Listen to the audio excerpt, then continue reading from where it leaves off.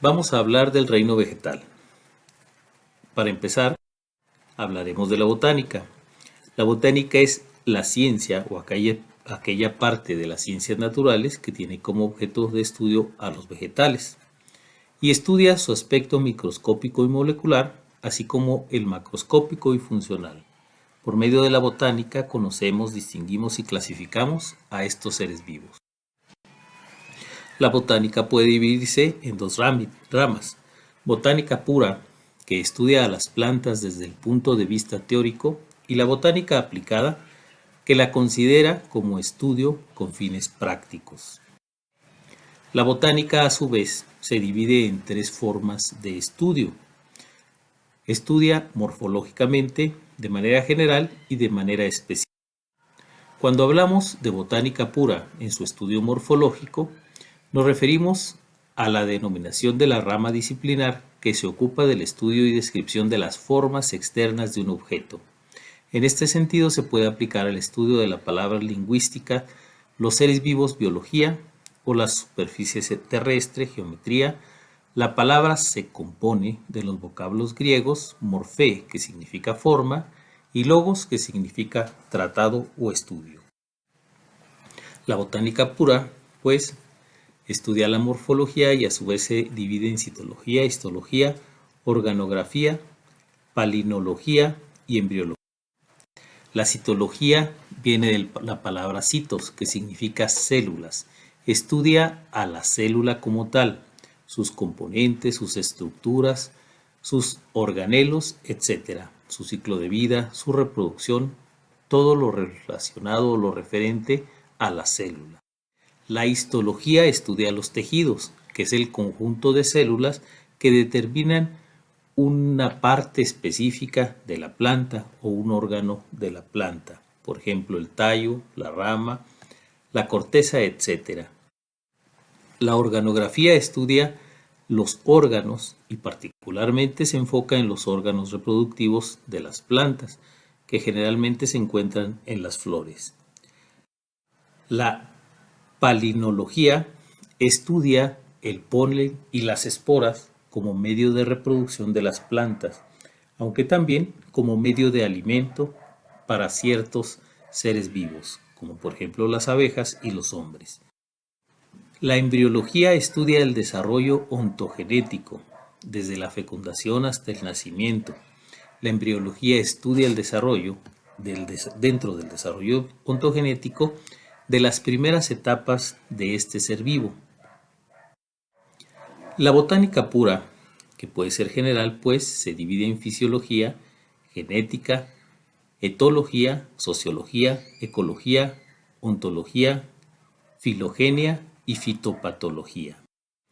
La fisiología viene de la palabra griega fisios, que quiere decir función, y logos, que quiere decir palabra o funcionamiento, palabra o estudio, de tal manera que es el estudio del funcionamiento de las partes del cuerpo de una planta o de la planta en general. La genética estudia la herencia, es decir, la capacidad de transmisión de características de una generación a otra dentro de las plantas. La etología va a estudiar los patrones de conducta que tienen las plantas, el movimiento que tienen los girasoles, el crecimiento en relación a la búsqueda de agua o de los ríos, etc. La sociología es una ciencia que estudia la relación que tienen las plantas con los seres humanos o los seres humanos con las plantas y con su entorno. La ecología estudia el entorno de los seres vivos como tal. La ontogenia estudia el desarrollo. Es la parte que le sigue a la genética y estudia el desarrollo desde la germinación hasta la muerte, todos los cambios que va adquiriendo la planta para poderse habituar o poderse acondicionar a su medio ambiente, desarrollarse, crecer, reproducirse, etc. Mientras la filogenia es el estudio del desarrollo evolutivo a través de las generaciones, los cambios que sufren las plantas a través del tiempo de una generación a otra, que también tiene un proceso adaptativo y también le sirve para poder desarrollarse en el medio ambiente. Y la fitopatología es la ciencia dentro de la botánica pura que estudia a las enfermedades de las plantas. La botánica pura, como ya vimos, también puede ser estudiada desde el punto de vista especial. Y desde el punto de vista especial encontramos la botánica sistemática, la fitogeografía, la paleobotánica y la botánica molecular. La botánica sistémica trata de la identificación, nomenclatura y clasificación de las especies. La fitogeografía de la distribución geográfica de las plantas.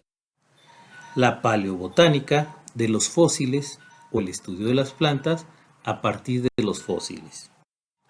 Y la botánica molecular busca comprender la forma en la que las moléculas actúan entre sí, se ocupan de averiguar de dónde proviene y cómo sintetizan las proteínas, qué son los genes y cómo actúan en el vegetal, etc. La botánica aplicada puede dividirse en botánica farmacéutica, botánica agrícola, botánica forestal y botánica molecular. La botánica farmacéutica se ocupa de las especies que poseen principios activos, curativos o tóxicos para el hombre y los animales. La botánica agrícola estudia las plantas útiles y dañinas para el hombre y para el ganado. La botánica forestal es una rama de la botánica agrícola o botánica aplicada que estudia a los árboles cuya madera es útil para la construcción, para la fabricación de muebles, etc. Y la botánica molecular estudia aquellos vegetales que el hombre utiliza con fines industriales. Esta clasificación es tentativa y puede organizarse de múltiples maneras según los autores que se consulten. Una forma práctica de clasificar a las plantas es teniendo en cuenta las aplicaciones que el hombre hace de las plantas.